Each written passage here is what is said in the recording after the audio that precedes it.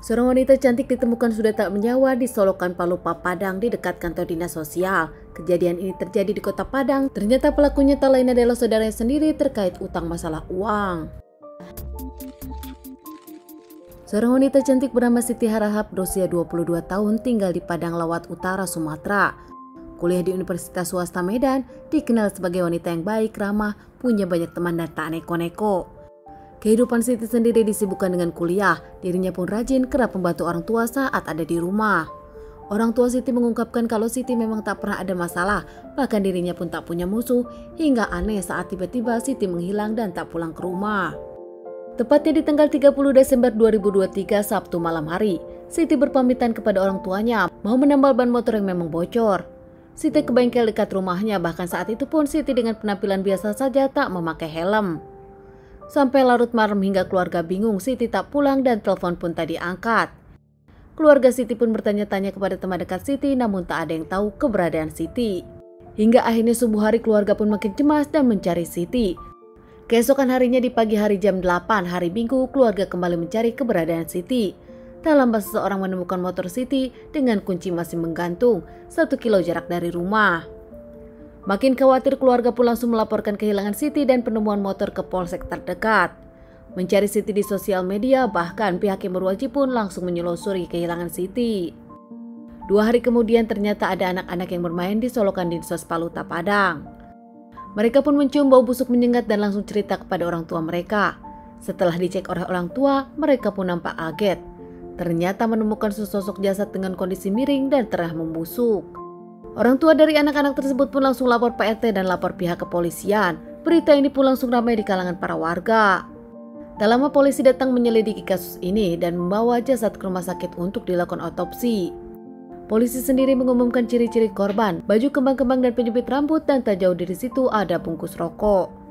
Keluarga Siti yang mendengar info tersebut langsung ke TKP. Setelah di TKP, keluarga pun nampak kaget mengenali jasad itu adalah sang anak Siti, Agustina. Keluarga pun histeris menjerit dan menyebutkan kepada pihak kepolisian nampaknya beberapa barang Siti hilang, diantaranya 1 handphone dan juga 2 cincin yang dipakai oleh Siti sehari-hari. Hasil dari otopsi jasad Siti sendiri menurut dokter sudah hancur dan melepuh, dianiaya dan ditikam beberapa kali hingga nampaknya Siti kehabisan cairan merah.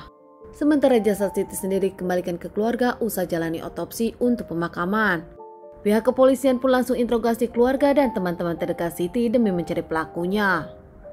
Dari beberapa saksi diperiksa, ternyata dapat info satu identitas pelaku yang dicari pihak yang berwajib. Saat dicari, pelaku pun nampak sudah kabur melarikan diri ke Medan.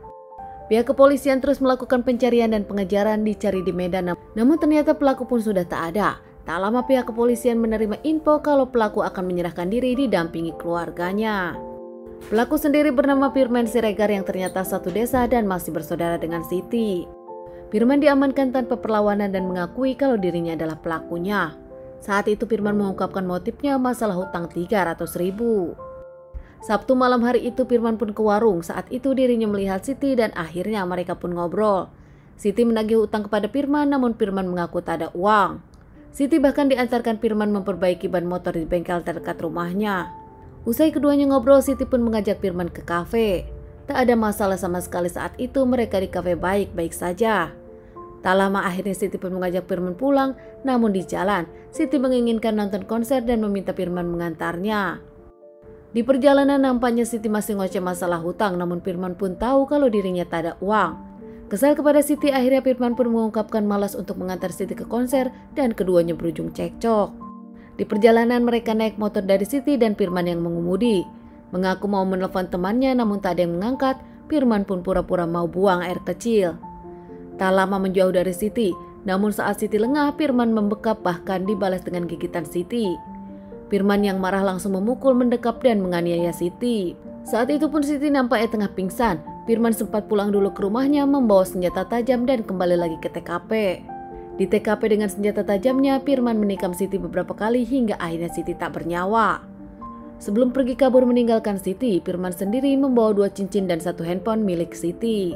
Saat keluarga kehilangan Siti dan mencari-cari Siti, Firman pun nampak pura-pura saat itu membantu keluarga Siti dengan cara mencarinya. Tak lama Firman pun memilih kabur ke Medan. Untuk pelariannya, Firman pun menjual 2 cincin milik Siti senilai 13 juta.